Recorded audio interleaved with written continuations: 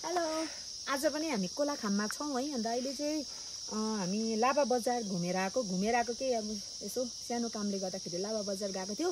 तब चाहिँ लाभा बजारबाट चाहिँ हामी है आएर यस्तो चिसो छ, यति साह्रो चिसो छ, बाटोमा चाहिँ यति साह्रो चिसो भएर चाहिँ यो ठाउँमा आएको छौँ। यहाँनिर चाहिँ एउटा डाँडा छ है, त्यो डाँडामा चाहिँ हामी घाम तापिरहेको छ नि त। यहाँ चाहिँ यति दामी घाम लाग्छ र जिउ सेकाइरहेको छ हामी चाहिँ घाममा बसेर है।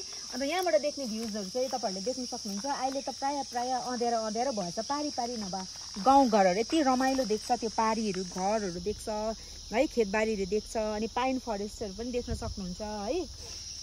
अलिकति त्यो घामको किरण चाहिँ हामीपट्टि परेकोले गर्दाखेरि पल्लो भेग चाहिँ अलिक अँध्यारो छ, अँध्यारो भएको छ। त्यही कारणले फ्रिली हामीले देखाउन सकिरहेको छैनौँ है। सो आज चाहिँ हामी एकदम घुमाइमा छौँ। घुमाइ त भन्दैन, तर अब कामले नै गर्दाखेरि अब यता र उता गर्नु परेको है। तर पनि बजार चाहिँ एउटा कामले गर्दाखेरि गएको थियो र हामी चाहिँ फर्किँदै घाम साम तातिरहेछ है। अन्त यो रोडबाट चाहिँ हामी लाभा निस्किन्छ है। यो रोड हुँदै गएपछि चाहिँ यहाँ चाहिँ अलिक अफ रोड हुन्छ है, यस्तो खालको बाटो छ है।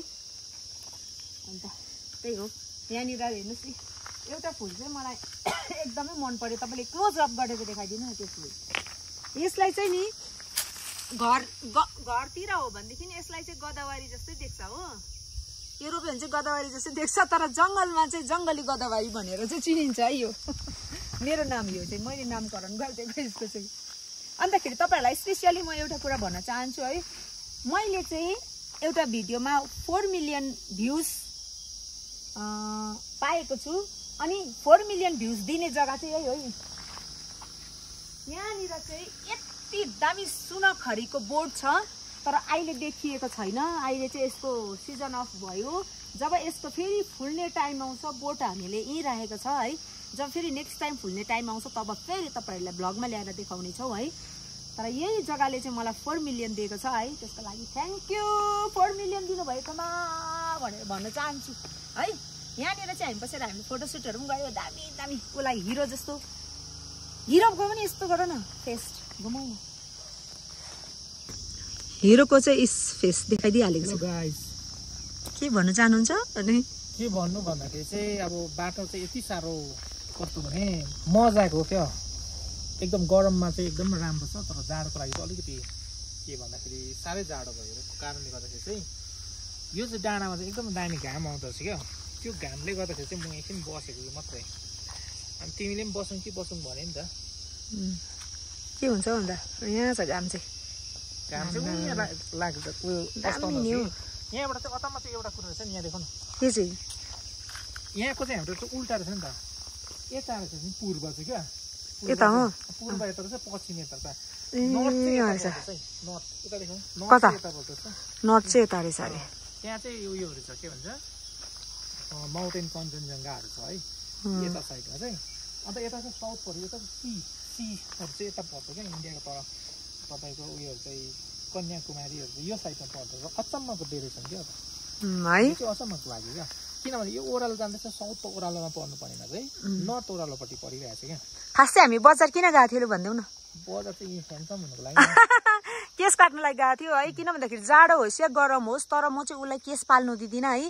केस एकदमै ज्यादा बढेको थियो नि त उसको त। अन्त त्यही कारणले गर्दाखेरि काट्नु लगेको थियो, मजाले मेसिनले काटिदिएछ, मन पर्यो मलाई। केटाहरूलाई चाहिँ प्रायः जस्तो केस काटेको छ भने ह्यान्डसम देख्छ है। अलरेडी मेरो बुढा ह्यान्डसम नै छ, मेरो ह्यान्डसम बुढा है, त्यसै पनि ह्यान्डसम। अन्त त्यसै पनि अब तपाईँहरूले यहाँ अब पाइनहरू चाहिँ अब यहाँनिर देख्न सक्नुहुन्छ मजाले, यस्तो धुप्पीको है। यस्तो पिस फरेस्ट अफिस छ यहाँनिर चाहिँ, फरेस्ट अफिस होइन क्वार्टर। यहाँ ट्याङ्की सिन्टेक्स देखिरहेछ। क्लोजअप गर्छु ल अलिकति। यहाँ मान्छे पनि रहेछ, मान्छे पनि जाँदैछ त्यहाँ, देख्यौ कि? लु क्यामेराले निकै उयो गरेँ। यतिको चाहिँ टाढोको देखाएको है मैले तपाईँहरूलाई। कमला पनि आयो। गाउँहरू त देख्दैन है। यस भ्यान आउँदैछ, गाडी के लिएर आउँदैछ, सामानहरू लिएर आउँदैछ। 3 फला मैला बोकाएको छौ। मैला बोक्नेहरू पनि आउँदो रहेछ नि त, मैला बोक्ने गाडीहरू है। जस्तै अफरोड भयो भने पनि अलिक साफसफाइ नै हुने जग्गा रहेछ हौ है। सबै मैला बोक्नेहरू पनि आउँदो रहेछ नि त। तर साह्रो पर्छ नि, मुस्किल पर्छ नि यो बाटोमा। मलाई त ढाड दुख्यो, पुरा ढाड दुख्यो बाइकमा है। साह्रो पऱ्यो नि मलाई त।